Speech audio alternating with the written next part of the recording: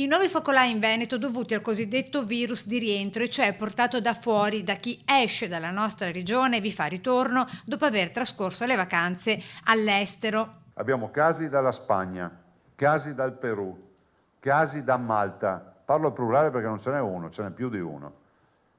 Isola di Pag della Croazia, 8 ragazzi abbiamo. Da Corfù. Da qui i consigli: continuare a tenere alta la guardia usando i dispositivi anche in ferie. Però i dati ci dicono anche che siamo davanti a una categoria che non avevamo d'inverno, o meglio avevamo in maniera infinitesimale, che era quella dell'asintomatico, cioè di persona che non ha nessun sintomo ma che ha una positività che poi la condurrà alla negativizzazione. Anche il nuovo piano di sanità pubblica si prepara a fronteggiare quell'emergenza d'autunno che per il governatore Zaia sarà dettata comunque dalla psicosi di chi, avendo febbre e tosse, tema possa non essere una semplice influenza. Perché uno che ha l'influenza pensa di avere il coronavirus nell'autunno-inverno 2020-2021.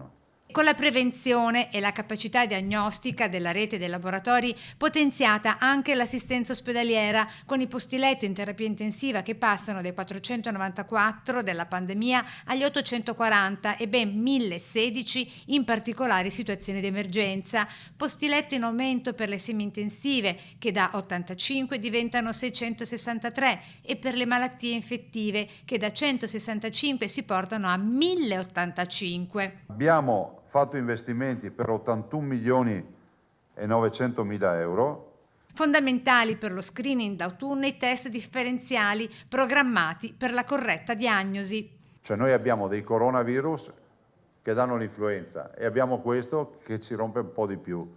Quindi voi capite che chiunque, lo vediamo già con i bambini in età pediatrica, questo è un fenomeno che potete evidenziare, ogni bimbo che comincia ad avere la tosse o la febbre, giustamente viene inviato dal pediatra per un tampone, che nella quasi totalità dei casi, se non tutti, è negativo. Avremo comunque un'emergenza, questo mi interessa dirvi, garantita al limone, che sarà quella dell'influenza che dovrà essere testata.